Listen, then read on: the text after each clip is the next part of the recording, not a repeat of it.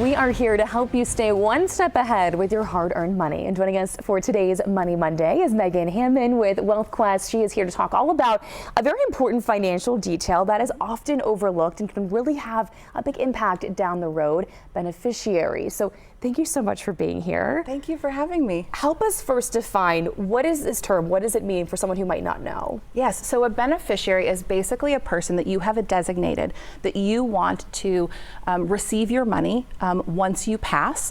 And so it is the person that you have put on your accounts that says, this is the person that I want to receive that money. When do you typically see when people are setting those beneficiaries, and often does that become outdated?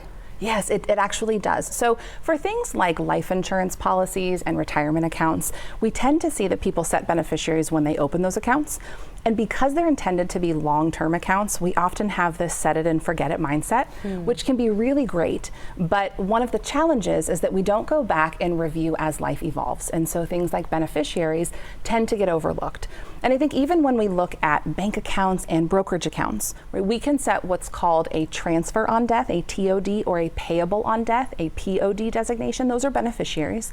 And we think that we would update those more frequently because we're in those accounts more often. But I think it's one of those things that we just forget because we're so busy doing other financial things in those accounts that we just overlook it. Life gets so busy. It might not be the thing that's top of mind. What other mistakes do you see when it comes to beneficiaries? There are probably three that I would say are most common. I think the first one is that we don't go in and review once big life changes happen. So if we have the death of a loved one, someone that we've named in our documents or in our beneficiaries, when we get married, or really, often when we get divorced. And there's so much that happens during life in those times that, we don't want to go in and we don't prioritize looking at those. So that's something that we want to do.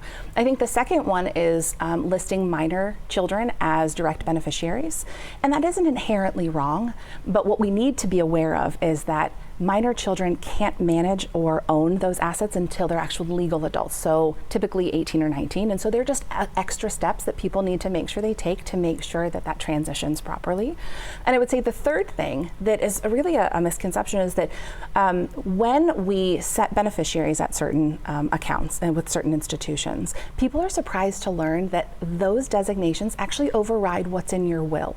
And so people often think that because I have a will and I've updated it, that it's all encompassing and I'm protected, but that's not necessarily the case. And so even if we have a will, we need to make sure that we go in and make sure that we update those individual beneficiaries at those specific institutions. So it sounds like there are a couple of blind spots people might not be thinking of. Is there like a mid-year check-in, something that people should kind of, remind themselves to do to stay on top of this? There is, and now is actually a really great time to do it because we are almost at the end of tax season. We're really close, but I think people have a better pulse on their finances now because we've been getting those financial documents and we've been talking about our money.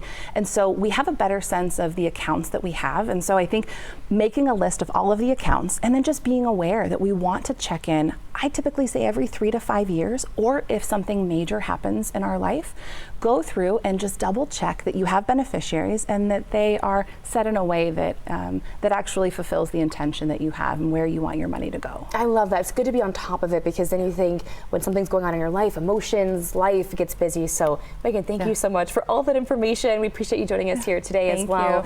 Good day to get outside. It's been beautiful the last couple of days, but I know, Adam, we're